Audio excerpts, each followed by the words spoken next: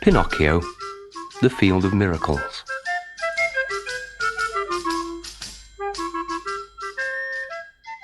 With his two shady companions, the fox and the cat, Pinocchio was still trudging along when the sun went down.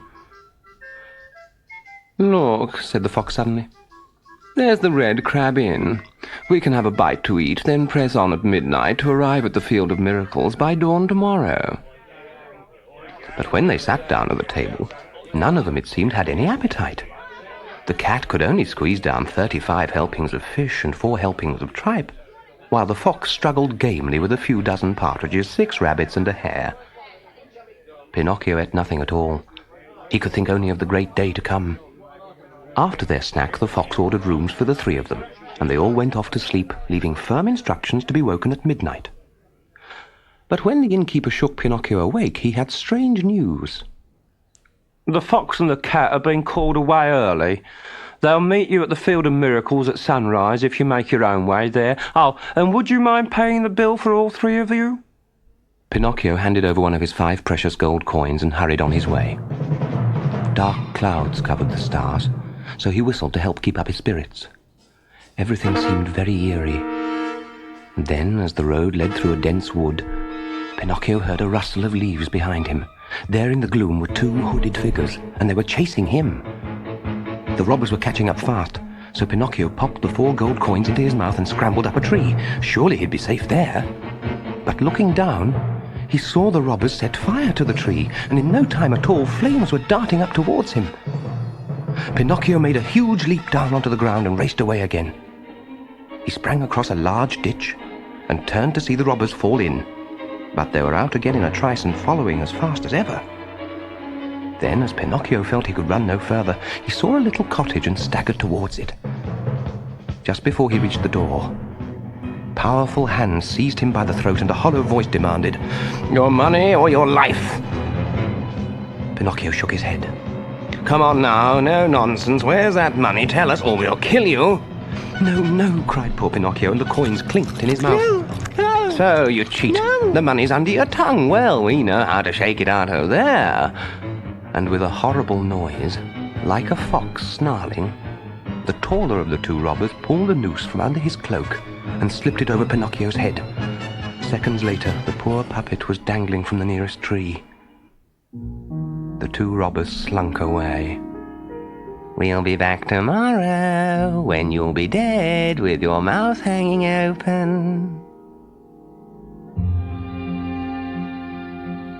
As Pinocchio's flimsy body swung in the night wind, he thought of all the warnings he'd been given, until his breath failed him, and he hung stiff and silent. Now the owner of the cottage was a beautiful fairy, who'd lived in the wood for more than 1,000 years, and she had seen everything from her window. As soon as the robbers were out of sight, the fairy sent her very best carriage, driven by a poodle and drawn by 100 pairs of white mice, to bring the limp body of Pinocchio to the cottage. Soon at his bedside stood 3 worried doctors, an owl, a crow, and a cricket, discussing their patient. And what should Pinocchio hear first as he woke but the voice of the cricket? "I've seen that puppet before. He's a good-for-nothing rogue, a disobedient son who will make his poor father die of a broken heart." Pinocchio burst into tears. But the sound of his sobs made the doctors happy, for their patient was obviously alive. "When a dead person cries, it's a sign that he's getting much better," droned the owl. I think we may leave now, gentlemen." And out of the door they went. Then the fairy felt Pinocchio's forehead. He still had a high temperature and was very ill, so she made him some medicine. But because it was bitter, the puppet refused to take it. And when the fairy gave him sugar to sweeten the taste, he crunched down the sugar and refused the medicine. At that, the door swung open and 4 black rabbits entered the room, carrying a coffin for Pinocchio. "We have come to take you away," said the head rabbit. "To take me?" squealed Pinocchio. "But I'm not dead. Fairy, oh fairy, give me the medicine, please." And Pinocchio downed the bitter liquid in 1 swallow. "What a waste of our time," grumbled the rabbits. That's another journey made for nothing." And they all trooped out of the room muttering, "What a waste of time. All that journey Made for nothing. A few minutes later, Back we go. Pinocchio was well again. This is quite normal, you know. Wooden puppets are not often ill for long. He told the fairy the whole story, and boasted about how clever he'd been to hide the gold under his tongue. "But where's the gold now?" asked the fairy. I've lost it," said Pinocchio. And at once his nose began to grow. "And where exactly did you lose it?" In the wood." And his nose grew even more. "No, I remember. I didn't lose it. I swallowed it." And with that enormous fib, his nose grew so long that he couldn't turn around. If he turned left, his nose struck the bed, and if he turned right, it hit the window pane.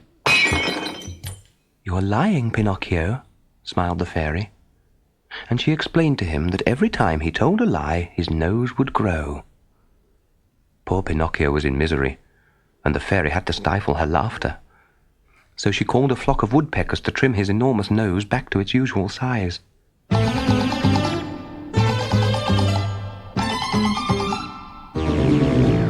"How kind you are, fairy," he said humbly. "I love you so much." "I love you too, Pinocchio, and I will always look after you. But now you must forget all about the Field of Miracles and go home to your father, Geppetto. He's worried to death about you." So Pinocchio kissed the fairy goodbye and hurried off through the wood. But just as he was passing the tree where the robbers had strung him up, who should he meet but the fox and the cat? "Why, here's our dear Pinocchio," cried the fox, hugging him tight. "What are you doing here?" Yes, what are you doing here? asked the cat. Pinocchio told his story once again, while the two crafty animals pretended to be amazed. How sad they were to hear his tale, and how helpful they would be. You can guess what happened. In no time at all, Pinocchio had forgotten Geppetto and set off for the Field of Miracles with the fox and the cat. After a long march, which took them half a day, they came to a town called Trap o' Fools, where the streets were crowded with hundreds of poor beggars. And a mile further on they reached an empty field, a field that looked exactly like every other field they'd passed. "Here we are at last," puffed the fox. "Now kneel down, dig a little hole. That's it. Now put the coins in, sprinkle this pinch of salt over them, and fill the hole again." "Is that all I have to do?" "Well, just pour on a little water." "Good. That's perfect. We'll all go away now, but if you come back in 2 hours' time, you'll find a thick bush poking through the ground with its branches weighed down with gold." Pinocchio couldn't thank his friends enough. He wanted them to stay and take at least 1,000 of the new coins as a reward for their help. But the cat wouldn't hear of it. We need no reward. It's quite enough for us to see you so wealthy and contented. So saying, they all shook hands and parted on the very best of terms. Pinocchio walked back to Trap o' Fools and counted the minutes on the church clock. When the 2 hours were nearly up, he hurried off to collect his gold. His head was full of plans about how he would spend the money and help Geppetto. But when he entered the field again, he could see nothing. Absolutely nothing. With an awful sinking feeling in his stomach, Pinocchio ran to the place where he'd buried the coins. The hole had been dug open again and was completely empty. As Pinocchio fell to his knees in despair, he heard a low cackle of laughter from the tree behind him. Looking round, he saw a large parrot preening its feathers. Gah! Gah! Gah! What a fool you are! I nearly died laughing when I saw you plant that gold. Gah! Gah! That crafty old fox and cat came back while you were away, dug up the coins, and fled like the wind. Gah! Gah! Gah! And with the shrieks of the parrot ringing in his ears, Pinocchio hurried back to Trap o' Fools and went straight to the law court to demand justice. He was called before the chief judge, a wise old gorilla, and accused the cat and the fox of fraud and robbery. When the judge had heard the evidence, he rapped his mallet on the table and passed judgment. "You are a fool, Pinocchio, and fools must be trapped. Since you have lost 4 gold coins, you will go straight to jail and stay there 4 months." And with a hollow clang, the prison doors slammed shut on poor Pinocchio, the puppet who just could not be good.